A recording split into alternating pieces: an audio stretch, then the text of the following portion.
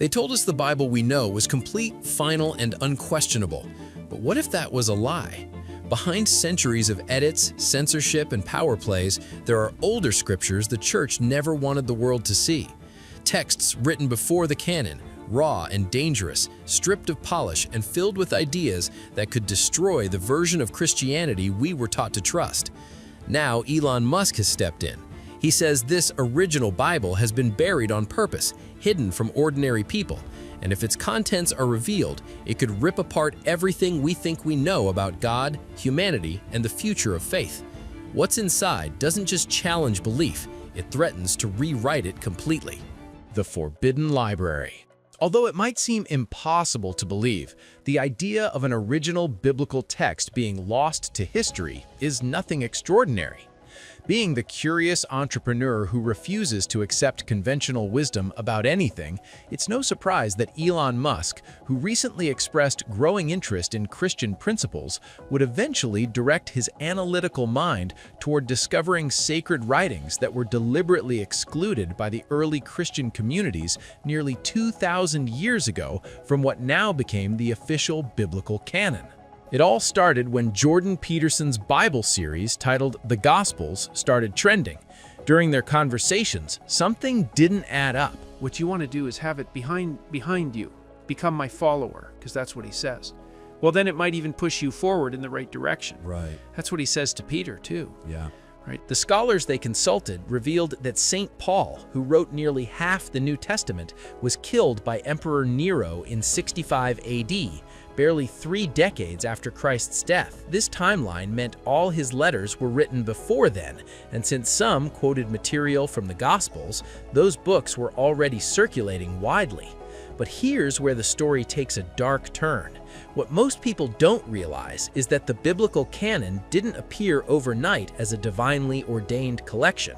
Instead, it grew gradually over centuries, with early church communities in different regions maintaining significantly different lists of accepted books. The Book of Revelation, the final piece of the New Testament puzzle, wasn't written until 96 AD. Even among these early church authorities, several books that eventually made it into the New Testament remained disputed for centuries. The letters to the Hebrews, James, and even the Book of Revelation itself were questioned by major church leaders as to whether they were really written by the apostles. The idea that there was an early consensus about which books belonged in the Bible is simply historically inaccurate. However, from that point forward, the Christian scribes worked tirelessly to collect and preserve what they believed were authentic writings. But the original scrolls were already deteriorating quickly.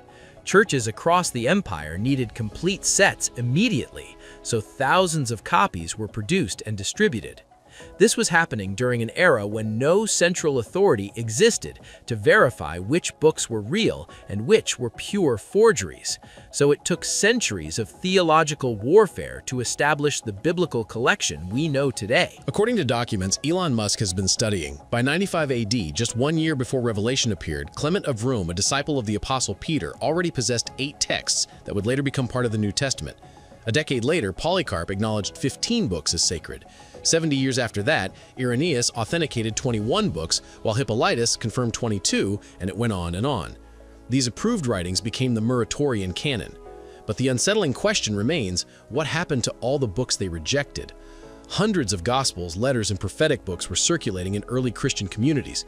The Gospel of Thomas, Book of Enoch, the Acts of Paul, the Apocalypse of Peter, and dozens more. To Musk, the Tressif collection of rejected texts represents fragments of the real original Bible, not the sanitized version we inherited. If hundreds of Gospels and letters were circulating in the first century, Musk argues, then the original Christianity was far messier, rarer, and more diverse. The question isn't what made it into the official canon, it's what they deliberately left out. The reality about these lost Gospels is more complex than most people realize. While some texts, like the Gospel of Thomas, may preserve early sayings traditions, others, like the Gospel of Judas, were clearly written centuries later as theological fiction. The problem now was ordinary believers had no way to distinguish between authentic apostolic writings and the others. They had to trust church leaders who claimed to have special authority to make these determinations without knowing if those leaders had their own agenda. Because of this crisis, Musk explained that the first great controversy over the original Bible started sometime in the 2nd century. Desperate to prevent the complete fragmentation of Christianity, Eusebius, the historian and bishop of Caesarea, wrote exhaustive histories attempting to justify which books deserved to be a part of the scripture. Now, he organized the books into 3 categories he termed canonical, disputed, and rejected. The canonical books were those approved by the earliest church leaders who had personally met witnesses of Jesus and the apostles. The disputed books were endorsed by only some of the earliest church fathers, and not everyone agreed whether they were authentic or false, including writings like the Book of Revelation. The rejected books were exposed as fraudulent by the earliest leaders who knew the apostles personally. Then, St. Jerome later provided additional clarity by translating the approved texts into Latin, and his selections became the foundation for the biblical texts we read today. But here's what still keeps most scholars awake. Jerome, being from Bethlehem, had access to Hebrew and Greek manuscripts that no longer exist. What if the real teachings of Jesus were already being systematically eliminated by the time Jerome started his translation work? Elon Musk poses the obvious question that no one wants to face. If so many texts were in circulation when the apostles were alive, who decided which ones were allowed to read today? And why should we trust that they made the right choices? The answer will shock you to your bones. The Emperor's Gamble. The blood was still fresh on Constantine's armor when he made the decision that would reshape Christianity forever. October 28, 312 AD. The Battle of Milvian Bridge had just ended with his enemy Maxentius drowning in the Tiber River, and Constantine was convinced that the Christian God had given him victory after he saw a vision of a cross of light with the words, "In this sign, conquer," before the battle. Then he converted to Christianity. But before this happened, Rome had waged a brutal war against Christians for 3 centuries. Under Emperor Nero, they were burned alive as human torches. Under Deus and Diocletian, fierce campaigns were pushed to destroy Christian communities and burn their sacred scriptures. The carnage was so fierce that historians believe entire collections of authentic apostolic writings vanished forever during these persecutions. However, Constantine's conversion wasn't really about faith, but about power. The man who claimed divine vision before battle wasn't even baptized until he was dying 25 years later. For most of his reign, he remained a worshiper of Sol Invictus, the sun god. He simply saw that Christianity was becoming the dominant religious force in the empire, and aligning himself with it would surely give him huge political advantages. Musk sees Constantine's move as brilliant but terrifying at the same time. Constantine didn't really convert to Christianity, Musk explains. He acquired it like any intelligent businessman. He saw where the market was heading and positioned himself to take the largest share and controlled it. But here's an interesting truth. Since he wasn't fully in, he did all that was needed to preserve what we now call the New Testament. Then, by 325 AD, growing divisions among Christians threatened Constantine's vision of ruling the whole of Italy. He couldn't have competing Christian factions undermining his authority, so he created the Council of Nicaea to settle these disputes once and for all. He was simply deciding which version of Christianity would survive and which would be eliminated forever. The Council of Nicaea went on to establish the Nicene Creed, but more importantly, it established the precedent that political authorities could determine religious truth. The bishops who attended weren't independent theologians, they were Constantine's guests, dependent on his favor for their positions and their lives. The first complete list of the 27 New Testament books we know today didn't actually appear until 367 AD in a letter written by Athanasius of Alexandria. This was decades after Constantine's death and over 40 years after the Council of Nicaea.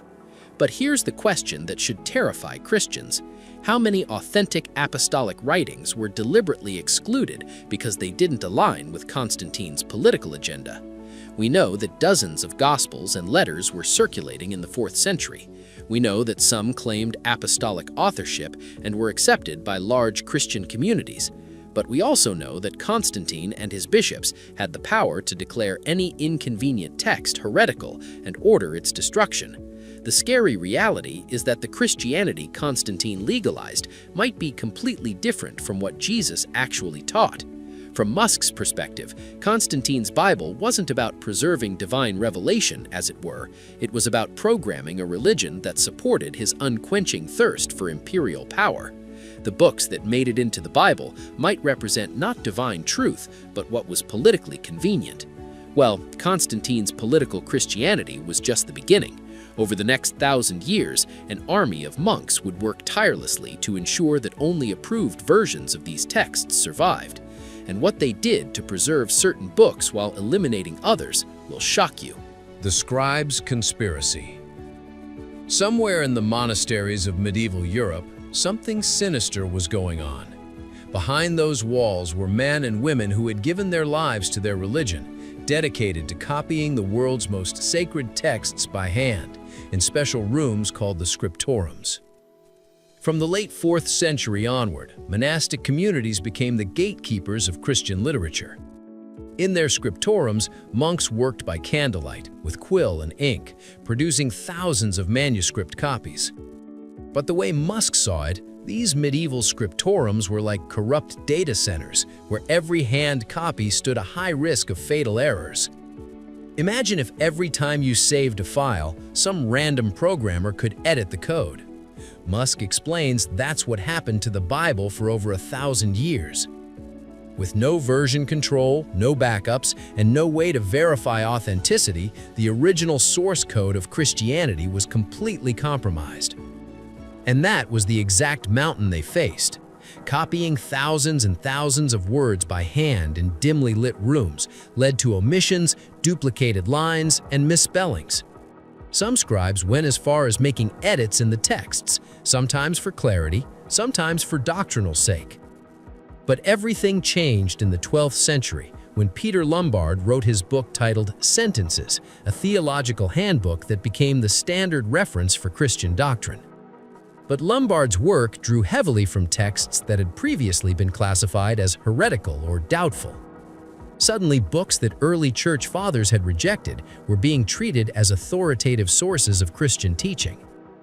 Thanks to Lombard's influence, the church gradually embraced what became known as the deuterocanonical or apocryphal books, writings like Tobat, Judith, Wisdom of Solomon, and others that had been excluded from the original biblical canon.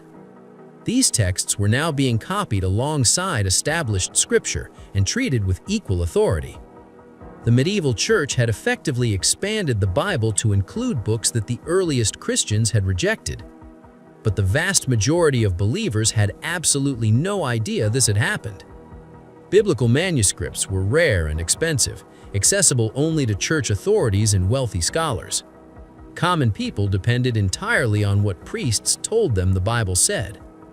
As said earlier, these monks didn't just copy text mechanically, they were also trained to correct passages that seemed to conflict with approved doctrine.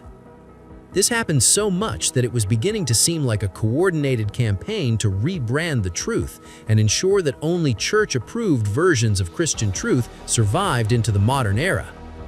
Every manuscript that passed through monastic scriptoriums was potentially altered to support the institutional version of Christianity. But this was about to face its greatest challenge. A German monk and professor was beginning to smell something fishy in the church's manipulation of sacred texts, and his investigation would expose centuries of deception. His name was Martin Luther. Interestingly, what Martin Luther discovered was so shocking that even he couldn't imagine the full scope of what had been hidden from believers.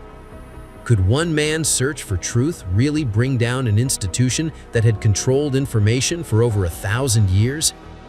The revolution that was coming would tear apart the careful web of control that monasteries had woven around Christian truth.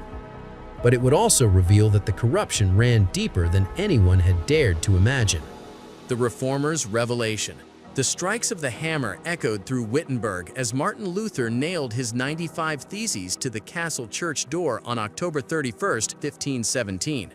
He wanted every scholar who stepped into the church to at least have a look at it. But those weren't just complaints about church corruption. They were the opening shots in a war over the most dangerous question in Christianity. What did the original biblical texts actually say? Luther was full of rage because he had discovered that the church was using books as scripture that had never been accepted by the earliest Christians. The deuterocanonical books that medieval monasteries had quietly added to the biblical canon were being used to justify practices that contradicted the clear teaching of authentic apostolic writings. So how had these questionable texts gained such authority? But Luther's discovery was a lot bigger than this. He had gained access to Greek manuscripts of the New Testament that were older and more reliable than anything the Roman Church was using. These manuscripts revealed that key passages used to support papal authority, purgatory, and salvation through works were either mistranslated or completely absent from the earliest texts.